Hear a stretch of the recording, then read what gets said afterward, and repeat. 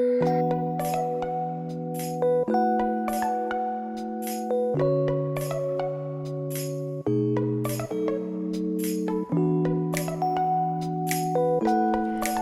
നമസ്കാരം. അപ്പോൾ ഡേ 6 എന്ന് പറയുമ്പോൾ നമ്മൾ രാവിലെ കുളിച്ച് ഫ്രഷായി നമ്മളൊരു അമ്പലത്തിലേക്കാണ് പോണത്.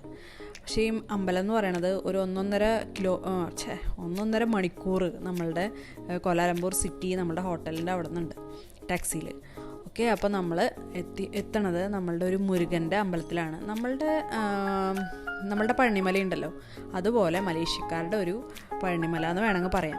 അതും പക്ഷേ ടൂറിസം ആയതുകൊണ്ട് തന്നെ അവർ അതുപോലെ എന്താ പറയുക, ടൂറിസ്റ്റുകളെ നമ്മളുടെ നാട്ടിലെ പോലെയല്ല, അവർ കുറച്ചും കൂടെ നല്ല രീതിയിൽ അത് ചെയ്തിട്ടുണ്ടെന്ന് പറയുമ്പോൾ എനിക്ക് തോന്നുന്നു. ഇത് അവിടെ എഴുതി വെച്ചത് എൻ്റെ ഓർമ്മയിലുണ്ടെങ്കിൽ ആ ഒരു സ്റ്റാച്യു എന്ന് പറയുന്നത് മുരുകൻ്റെ ഏറ്റവും ടോളസ്റ്റ് ആയിട്ടുള്ള സ്റ്റാച്യു ആണ്. പിന്നെ ഈ ഒരു ബൗണ്ടറിയിൽ ആ കാണുന്ന ബിൽഡിംഗ് ഉണ്ടല്ലോ, അതെന്ന് പറയുന്നത് അമ്പലം തന്നെയാണ്. വേറെ ഓരോ ദൈവങ്ങളുടെ അമ്പലങ്ങളാണ്. പിന്നെ ഈ ബിൽഡിംഗ് മൊത്തം ഷോപ്പുകളും റെസ്റ്റോറൻറ്റുകൾ അങ്ങനെയുള്ള കുറേ അങ്ങനെയുള്ള ഐറ്റംസാണ്. ബട്ടു കേവ്സ്, ഇവിടെ കുറേ പ്രാവുകളും കാര്യങ്ങളൊക്കെ ഇങ്ങനെ നടക്കുന്നുണ്ട്. കാരണം ആൾക്കാർ കുറേ ഫുഡൊക്കെ ഇട്ട് കൊടുക്കുന്നുണ്ട്. പിന്നെ ഈ സൈഡിൽ ലെഫ്റ്റ് സൈഡിലും കാണുന്നതും കുറച്ച് അമ്പലങ്ങളാണ്. അതിൻ്റെ മുകളിലൊക്കെ നന്നായി എന്താ പറയുക, നല്ല ക്ലോസ് ആയിട്ട് നോക്കിക്കഴിഞ്ഞാൽ നമുക്കറിയാം നല്ല ഭംഗിയിൽ കൊത്തുപണികളും കാര്യങ്ങളൊക്കെ ചെയ്ത് വെച്ചിട്ടുണ്ട്. പിന്നെ നമ്മുടെ ഈ മുരുകൻ്റെ സ്റ്റാച്യു തന്നെ ഒരു സ്പെഷ്യലാണ്. നമുക്ക് അതിൻ്റെ അടുത്ത് ചെന്ന് നിൽക്കുമ്പോൾ തന്നെ ഭയങ്കര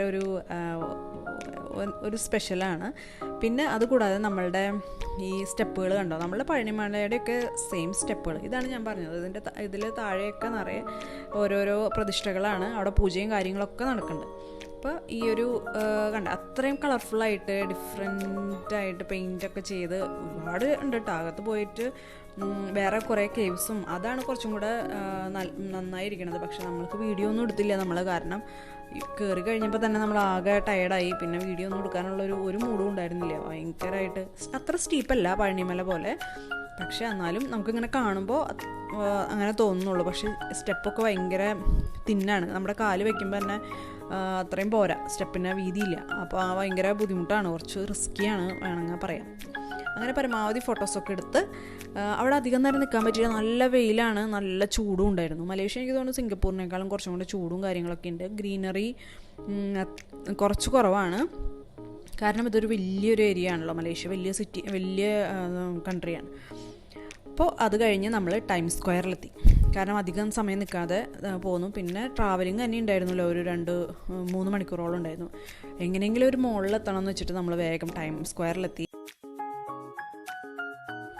അവിടെ നിന്ന് നമ്മൾ ഭക്ഷണമൊക്കെ കഴിച്ച് കഴിഞ്ഞ് പിന്നെ അവിടെ ഒരു 5th ഫ്ലോറിൽ കുറച്ച് ഗെയിംസിൻ്റെ ഒരു സെൻറ്റർ ഉണ്ട്. അപ്പോൾ അതിൽ ടിക്കറ്റ് എടുത്ത് 3 പേരും അവിടെ കയറി ഗെയിംസും കുറേ റൈഡുകളും കാര്യങ്ങളൊക്കെ ആയിട്ട്. പിന്നെ നമ്മൾ കുറച്ച് ആ ഒരു ഏരിയയിലൊക്കെ കുറച്ച് ആ മോളിലൊക്കെ ഒന്ന് പതുക്കെ കറങ്ങി.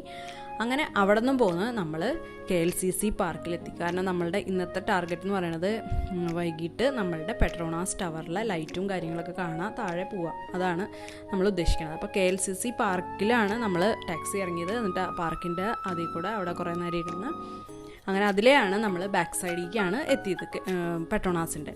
അപ്പോൾ അവിടെ ഇത് എന്ന് പറയുന്നത് ഫൗണ്ടനാണ്. നമ്മൾ ഈ നൈറ്റിലല്ല വന്നത്, കുറേ മുന്നേ വന്നു. അപ്പോൾ ജസ്റ്റ് വാട്ടർ ഷോ ഉണ്ടായിരുന്നുള്ളൂ. പിന്നെ വൈകിട്ടാവുമ്പോൾ ഒരു 7 മണിയൊക്കെ ആയപ്പോഴാണ് ഈ ലൈറ്റ് ഷോ, ഫൗണ്ടൻ ഷോ ഒക്കെ ഉള്ളത്. അപ്പോൾ അതൊക്കെ കണ്ടു. പിന്നെ ഇതെന്ന് പറയുന്നത് നമ്മളുടെ അന്ന് ഈദ് തുടങ്ങുന്ന ദിവസമായിരുന്നു. അപ്പോൾ അതുകൊണ്ട് മോളുകളിലൊക്കെ അങ്ങനെ നിറയെ അവരുടെ ഈദിൻ്റേതായ കുറേ ഡെക്കറേഷൻസും കാര്യങ്ങളൊക്കെ ചെയ്തിട്ടുണ്ടായിരുന്നു. അപ്പോൾ അതൊക്കെ കണ്ടു. അങ്ങനെ നമ്മൾ പെട്രോണാസ് ടവറിൽ ഒന്ന് ഫോട്ടോ എടുത്തു എന്ന് വെച്ചിട്ടുണ്ടെങ്കിൽ നമ്മൾക്ക് എടുക്കാൻ പറ്റണേ ഉണ്ടായിരുന്നില്ല. ആ ഫുൾ 2 ടവർ മൊത്തം കിട്ടുന്നുണ്ടായിരുന്നില്ല. അപ്പോൾ നമ്മളവിടെ കുറച്ച് ആൾക്കാരുണ്ടായിരുന്നു, അവർ നമ്മൾക്ക് ഫോട്ടോ ഒക്കെ എടുത്തു തന്നു. അങ്ങനെ ഒരു 15 മലേഷ്യൻ റിങ്കറ്റ് കൊടുത്തു കഴിഞ്ഞാൽ നമുക്ക് അവർ ഒരു ഫോട്ടോസ് തരും. അപ്പോൾ അങ്ങനെ നമ്മുടെ 6th ഡേയും കഴിഞ്ഞു.